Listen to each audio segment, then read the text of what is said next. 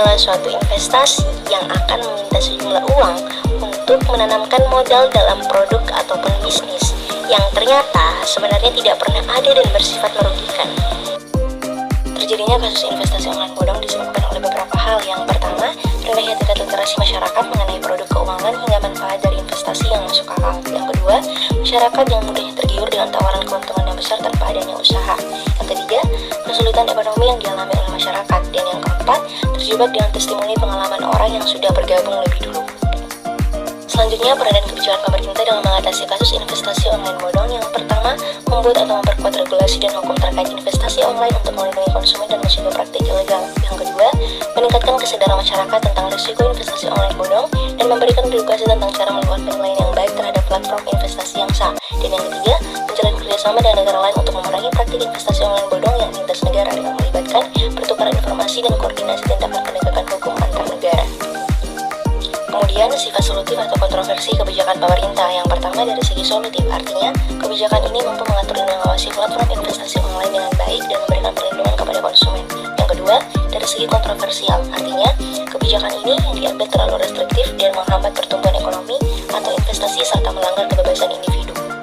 Selanjutnya, kita akan membahas tentang pihak, saran, dan tindakan dalam mengatasi masalah investasi bodong. Yang pertama, dari segi pihak. Pihak-pihak yang terlibat dalam mengatasi kasus investasi online bodong yaitu OJK, Kementerian Perdagangan, Kemenkominfo, Kementerian Koperasi dan UKM, Kejaksaan, Kepolisian, serta BKPM yang bertugas untuk mengedukasi masyarakat dan menindak segala bentuk praktik investasi ilegal yang ditemukan.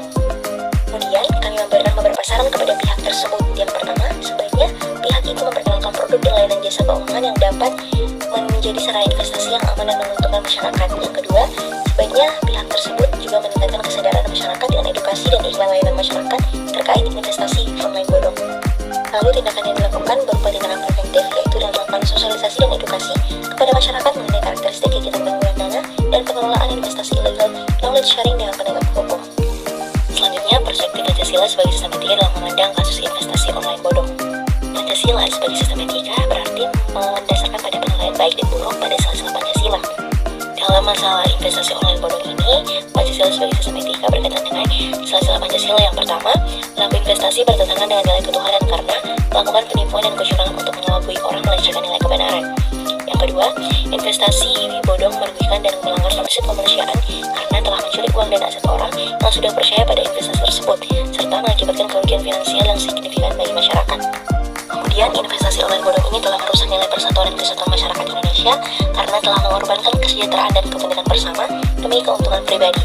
Selanjutnya, investasi online bodong tidak sesuai dengan sila kerakyatan karena memanfaatkan ketidakpahaman masyarakat tentang investasi sehingga mereka terjebak dan tidak memiliki akses kepada informasi yang betul-betul tepat dan benar mengenai risiko dan keuntungan investasi tersebut.